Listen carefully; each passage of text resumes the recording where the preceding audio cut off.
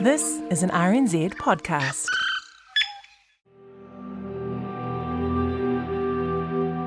I was very aware that I'd had this fear that I might lose her one day. I didn't know how, but it was just almost an alert signal. And it was like it was sort of playing out in front of my eyes when it did happen. Not long before the day she disappeared, she was out riding Commodore. She knew and I knew, without us having to talk about it, that she needed to be home by about 5. This particular day she came rushing round to the kitchen window with Commodore, and I think it was 5:10, and she said, "I'm so sorry, I'm late, Mum. I knew you'd be so worried." It was almost like a forerunner for what was yet to come. Kirsa disappeared on the Thursday afternoon, and I remember saying to my sister-in-law on the Sunday, "What if she never comes home?" And I have no understanding of why I said that, but it was obviously something that I was feeling within me. What if she never comes home? Kirsa Jensen never did come home. It's been 34 years since her mother Robyn last saw her. She disappeared on the first day of spring in 1983 in Napier while riding her horse along the beach. She was only 14 years old, a teenager who dreamed of being a vet and a rider for the New Zealand equestrian team. Mark Todd was her hero. When Robyn thinks of her, she still pictures a bubbly young girl who loved animals, horseback riding, and English classes. But today, she would have been 48. Every year, the police receive around 10,000 reports about missing people. In the vast majority of cases, it doesn't take long for the police to find them. Some people don't want to be found, and some never make it back home because of the actions of others. They remain missing, or as Robyn says, lost. No one knows for sure what happened to Kirsa that spring day. Did she fall off her horse? Was she attacked? Did someone take her? The police found blood in a piece of rope. They even had a suspect. Yet decades later, the case remains open. I'm Paloma Migone, and this is The Lost. I'll be looking into what might have happened in some of the country's most mysterious missing persons cases and talking to the families about the void left behind. I'm doing a very big sort up in my garage of things that I don't need anymore. But when I came across Raggedy Bunny, I wasn't sure I could throw him out. A much-loved rabbit. I can't believe it. It's really raggedy. Really raggedy, isn't it? So he got that nickname long before he got to this state. But when did she get him? Kirsa was 3 years old when she got Raggedy Bunny, a gift from her uncle, Robyn's brother, who won it at a work raffle. It doesn't look like a bunny now. The stuffing has sunk to its old brown and black fur, leaving it faceless. I can't find any sign of its eyes. When I meet Robyn at her home in Gisborne, she's packing and is 2 days away from auctioning her house. She wants to be closer to her son Michael and grandchildren in Auckland. On the dining room table, old-time stained photos of Kirsa are laid out for me. Many pictures are of her with her horses she had over the years, her sheep, and one of her with a bowl of coleslaw for her 10th birthday. Kirsa didn't ask for lollies, but preferred shredded cabbage for her special day.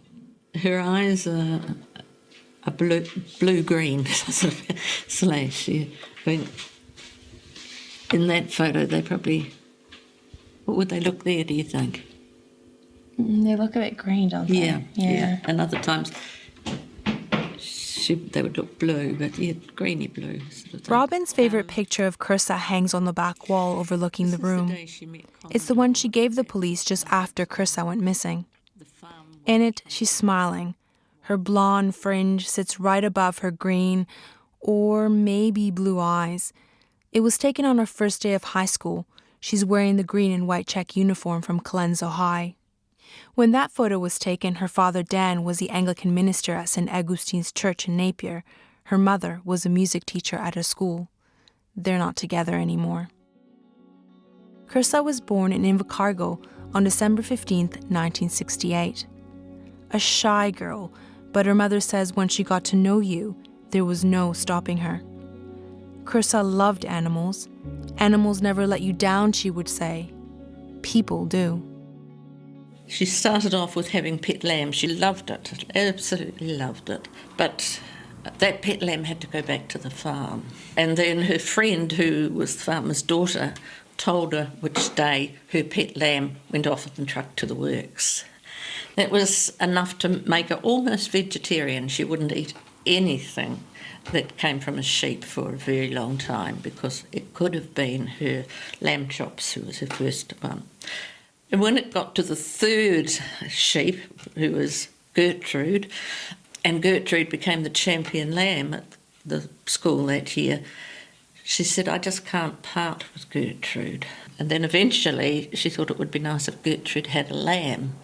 And that happened too. So we actually headed off to Napier with 3 sheep in a trailer. Robyn wrote a book about Kirsa in 1994. One of the things that stood out to me while reading it was Kirsa's sense of responsibility. She was willing and keen to get up early to look after her animals. At only 8 years old, she would get out of bed by 5:30 in the morning. I couldn't help but think about what I was doing at that age. Yes, she loved the morning, and she thought people who didn't get up in the morning early didn't know what the world was really like. That was the best time of the day. And she went out and played with the lambs and fed them, and then brushed down whichever horse it was at that time and spent time riding the horse. And it was just her alarm went off and away she went. And spent this, a couple of hours or so before school with her animals. Kirsa had 2 horses before she got Commodore, a 5-year-old liver chestnut thoroughbred with a white blaze and 3 white socks. In the school holidays before she disappeared, she had been volunteering at a local vet clinic and training Commodore for the upcoming Hawke's Bay Royal A&P show. But rain had stopped her from going out for a ride. On September 1st, the first day of spring, the sun finally came out, and Kirsa was keen to get Commodore some exercise. Back home from the vet clinic just after midday, she got a call from her friend Lizanne. She was going tramping with her dad and couldn't go riding. But Kirsa still wanted to go to the beach, perhaps get Commodore into the water. The ocean once frightened him and he reared, but enjoyed it now. She gave him a groom before heading out, and after a chat with her brother's friend who was visiting the vicarage, Kirsa saddled up, mounted her horse, and said bye to her mother through an open door. It was 2:45 in the afternoon. At 10 to 5, I looked at my watch and I thought, Kirsa will be home soon. And at 5 o'clock, I started to feel quite anxious. And I said to Michael, Kirsa's not home yet. And he said, don't worry, Mum, on that big horse she could get away from anything. And then it got later and later, and Dan came in at about 5:30, it might have even been a bit later. And I said, Kirsa's not home yet. And he was about to sort of growl, she should be home by now. But he looked at me and I said, she's never late, Dan. So he and Michael went to look for her, and in my mind I'd said if she wasn't home by 6:15, I was going to ring the police. She wasn't, so I phoned the police and said, my daughter went out for a ride today. She's always very responsible, and I would have expected her home earlier. She's not home yet. Within minutes, a police officer arrived at the door and Robyn learned a horse had been found wandering loose near Awatoto. Where's that? Robyn didn't know. It was about 7 kilometers from the vicarage. Usually, Kirsa would make a left turn when she reached the beach along State Highway 2 towards the city. It appears on this day, she turned right towards Hastings, in unfamiliar territory. A friend of the family confirmed the horse was Commodore, and the search for Kirsa began. I kept walking, I couldn't sit down. I just walked sort of out of the lounge, through the hall, into the passage, into the kitchen and round again. And I phoned various people that I thought would be helpful down there searching, and I put time between the calls just in case, as the police said too, that Kirsa could be calling home as well. It was a very dark night and the stars were in the sky, and I just looked out at the stars and I prayed and I said, please God, please send Kirsa home. Please let Kirsa come home. Do anything to me, but please save my daughter. And I've never been so earnest about anything. At the depth of my being, I wanted my daughter to come home. The police at the time believed Kirsa may have fallen off her horse and drowned in the Tutaikuri River near where Commodore had been found. They found parts of her bridle and hoof prints on the sand near a gun emplacement, a concrete block built in 1942 during the Second World War when a Japanese invasion was feared. Shortly after 11:30, the police called off the search until daylight the next day. By then I just felt so sick in my stomach. And I thought of my daughter lying out there somewhere. And I thought maybe she's got a broken leg.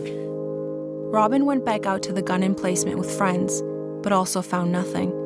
Once back at home, she turned on a lamp and decided to wait for her daughter. And then the next morning, I needed to go to this place where she had been. I needed to see it with my own eyes, and I needed to search for my daughter.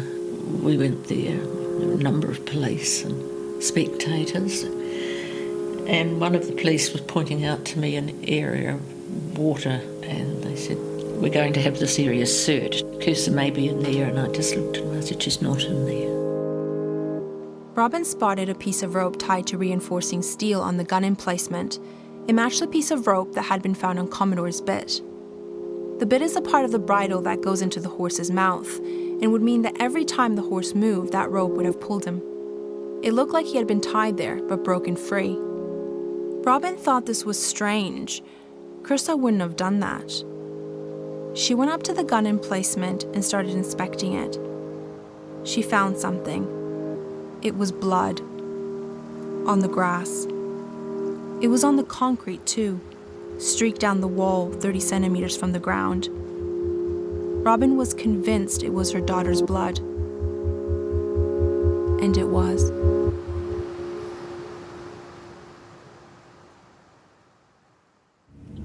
Half a kilometre down here, we'll go left again. Here?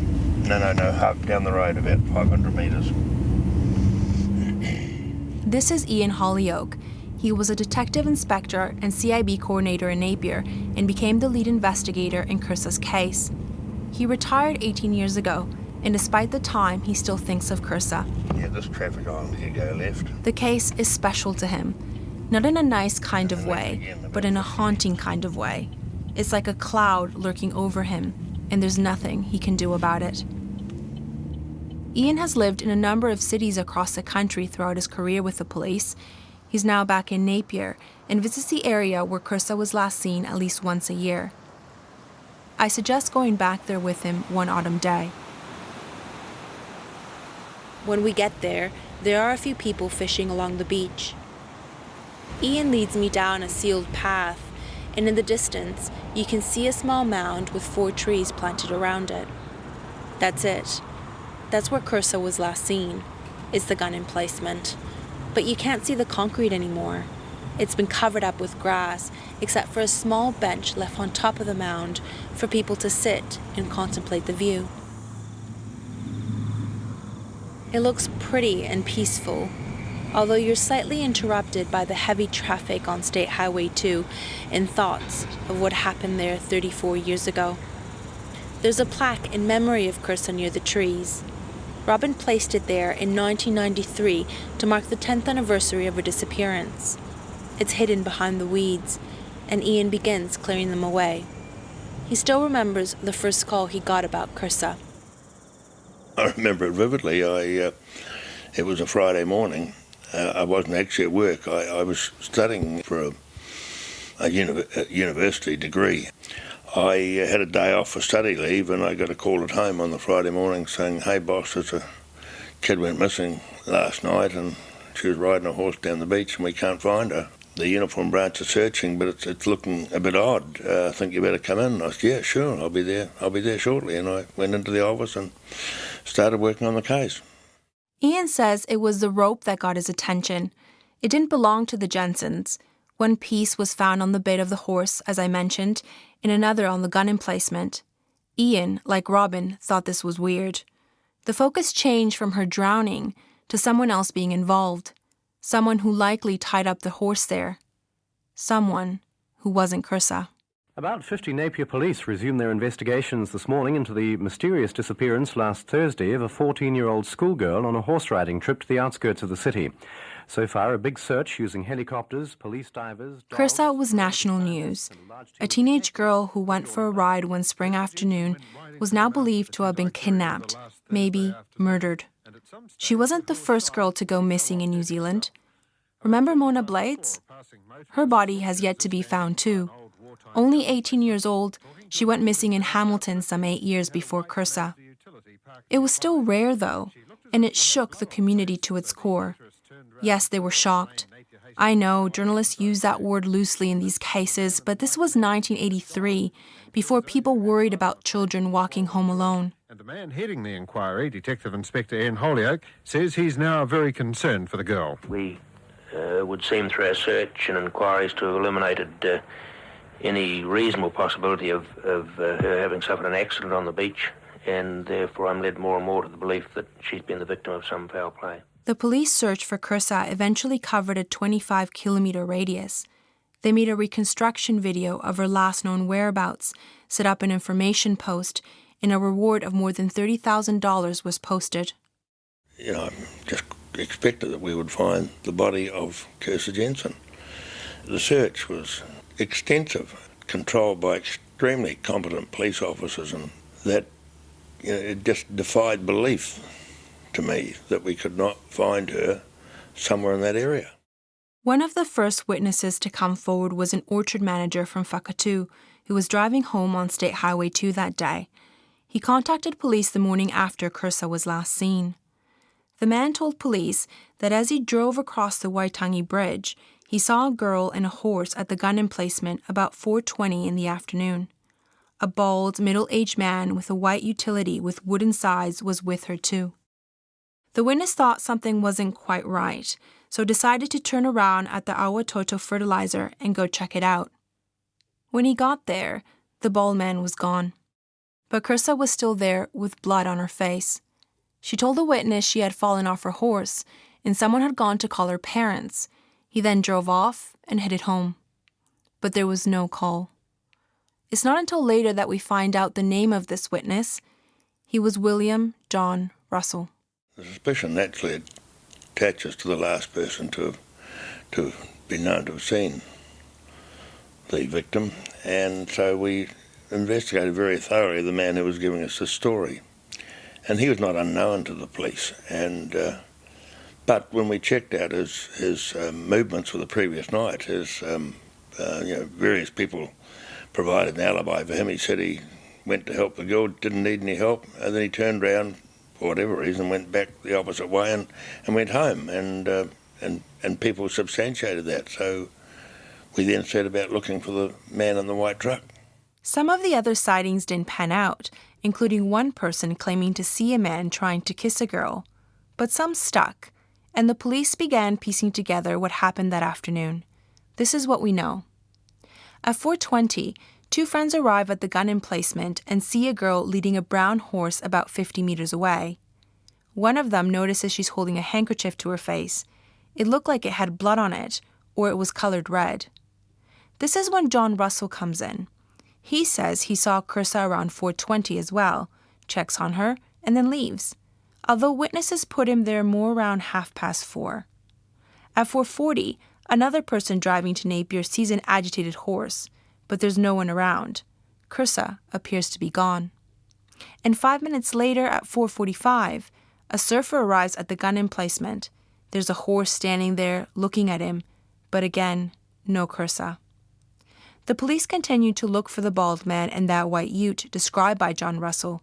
This was the focus of the investigation at the time. More than 800 utes were looked at.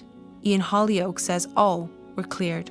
we could never find one that had any association with that area at that time. As best we could tell, that truck that the witness had told us he'd seen did not exist. John Russell went from witness to suspect. A 32-year-old man, married with 2 children, 175 centimeters tall or 5'7", of stocky build with thinning dark brown hair. He had been convicted of rape when he was 18. His car in Austin, Cambridge, and house were searched more than once. When word got out that he was being connected to Kirsa's case, he began receiving hate mail and death threats. Rubbish was dumped on his front lawn.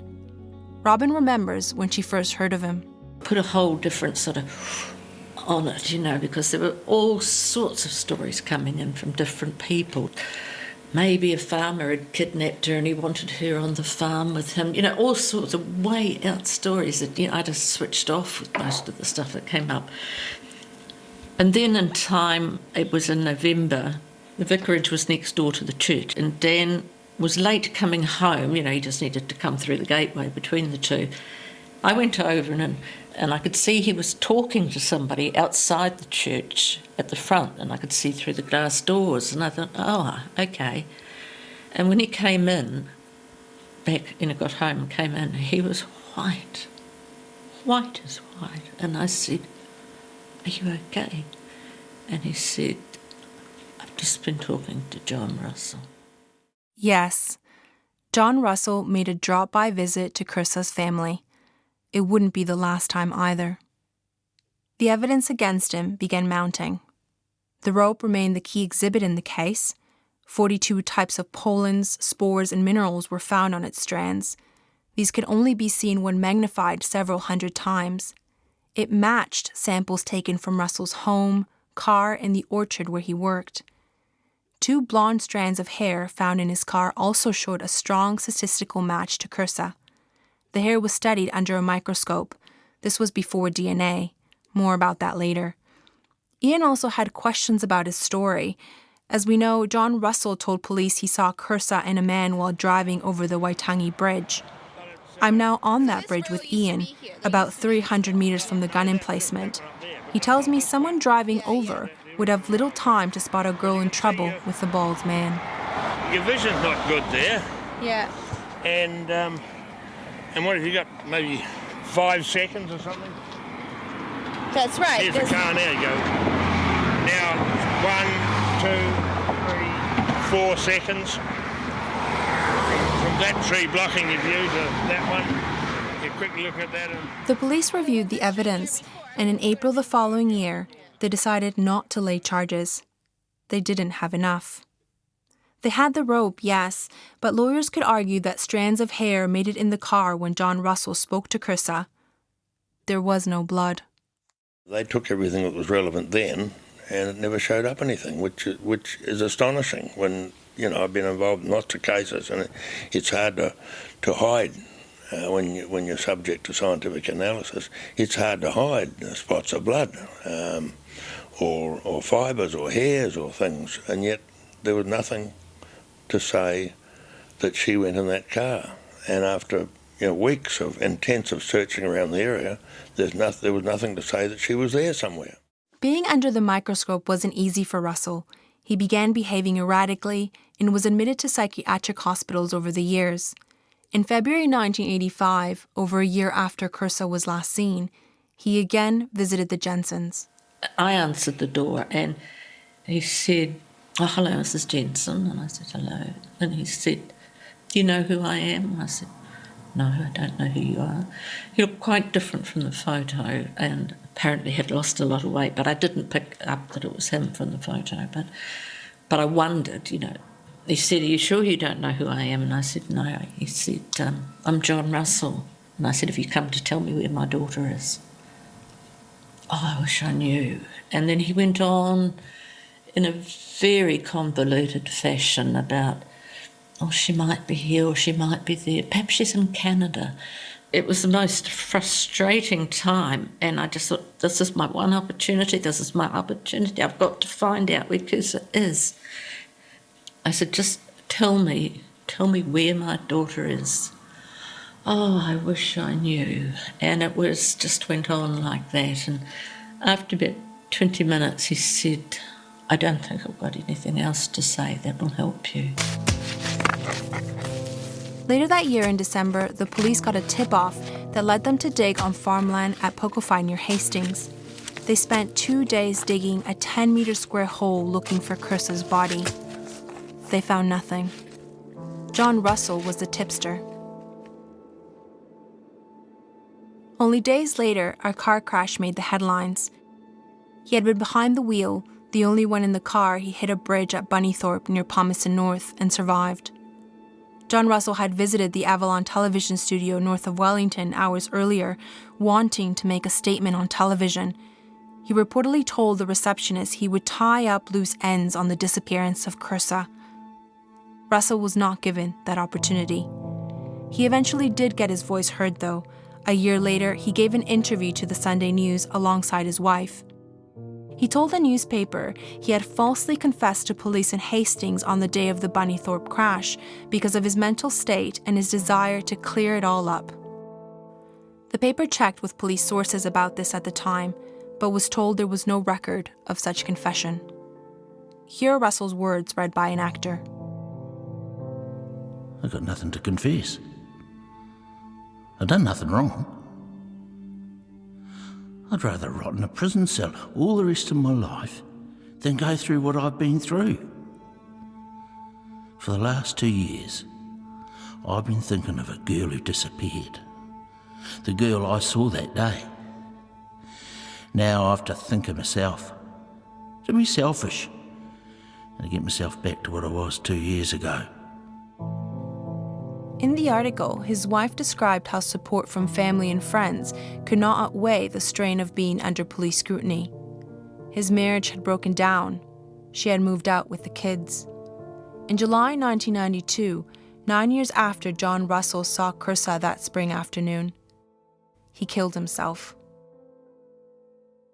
It was like a door slamming shut, not to be opened again.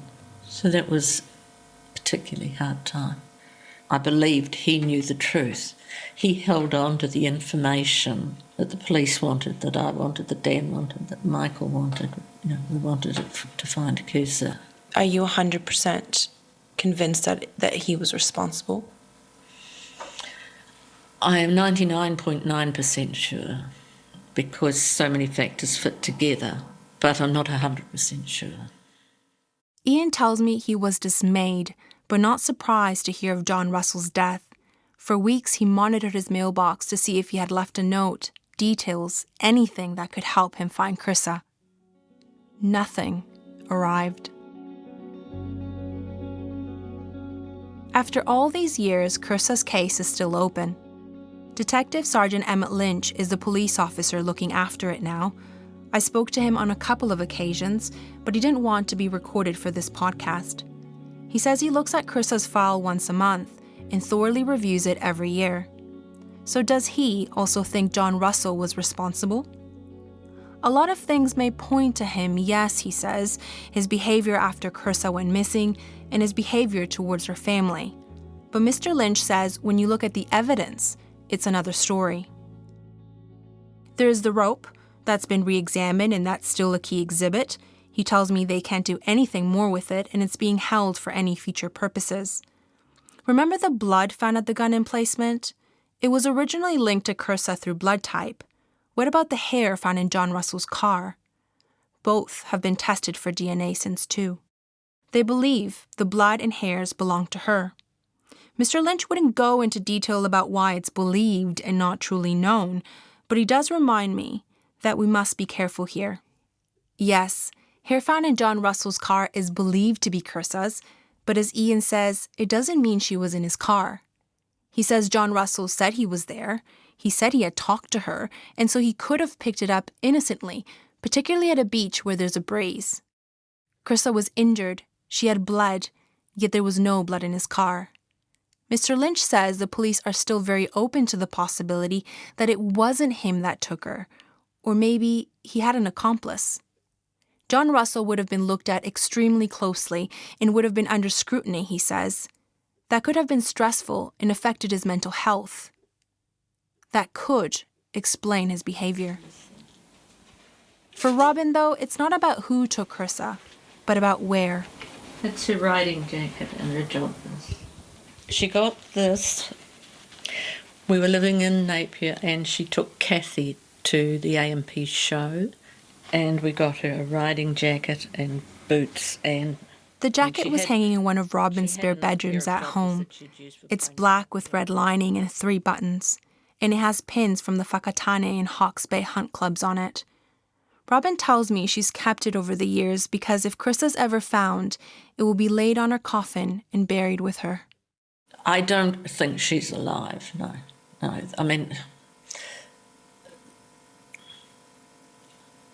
it would be a very rare chance that she was alive. I think that I can't even imagine what sort of scenario, and I probably don't want to imagine what sort of scenario, because that wouldn't be any good for me. What do you think happened to her that day? I think undoubtedly she was attacked near the gun emplacement, very close to the gun emplacement, because her blood was found there. So she was attacked, she was hurt in some way for that to happen. I think she's been taken from that place, but where she's been put, I do not know. A coroner declared Kirsa dead in November 1998, and that on the balance of all probabilities, she died on September 1st, 1983. Robyn hopes someone listening knows where her daughter is. You sometimes hear of past girlfriends or friends coming forward to police with a tip, years and years after a crime. Maybe whoever's responsible shared information with somebody during a drunken night. Maybe there was a slip of the tongue. I'll never give up hope. Somebody asked me, would there be a time when I would say, right, stop, that's it, you can't do any more, stop. And you get your friends together and you say, this is it. And I thought, how stupid can you be? A mother doesn't forget her child, I could no more forget Kirsa than fly to the moon, She's part of me and she's very, very important to me, as is my son and my grandchildren. A mother doesn't forget her baby.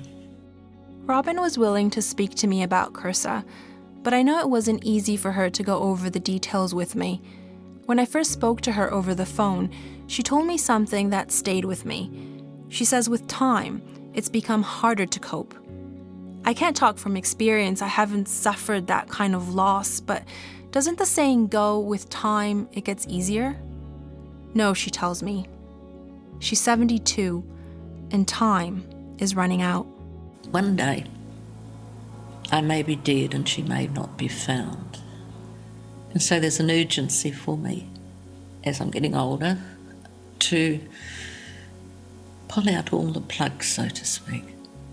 And it's been very interesting that while I've felt like that and not said anything, except perhaps to Ian Holyoke or the person who's in charge of the case now, it amazes me how the media have picked up on this too and want to get Kirsa's story out there from people who haven't heard it, who don't know who she is, don't know that she's a darling, dearly loved daughter, and would now be contributing to the care of animals in this country. She would have been a vet, and those things have been robbed from her. But to be able to locate her and put her in a decent place to rest forever is vitally important to me. Robyn wants to be buried alongside her parents at St. Peter's in the Forest Anglican Cemetery in Auckland, the city she now calls home. If Kirsa is ever found, she will be buried there too. This podcast has been created and hosted by me, Paloma Migone. Technical production by Phil Benj. The executive producer is Tim Watkin. Thank you to Ngā Taonga Sound and Vision for the archive audio. You can see video and photos by Rebecca Parsons King at rnz.co.nz, which drill into some of the issues raised in this podcast. If you want to hear more, subscribe to The Lost on iTunes, Spotify, our website, or wherever you get your podcasts. Of course, please don't forget to rate us and review us so others can find this series. Thank you for listening. If you're interested in other real-life podcasts from RNZ, try Eyewitness, which gives you a take on moments in history from those who were there when it happened. And next week, we look at the story of Judy York, a single mother of two who went out to a party in Matapihi and didn't return.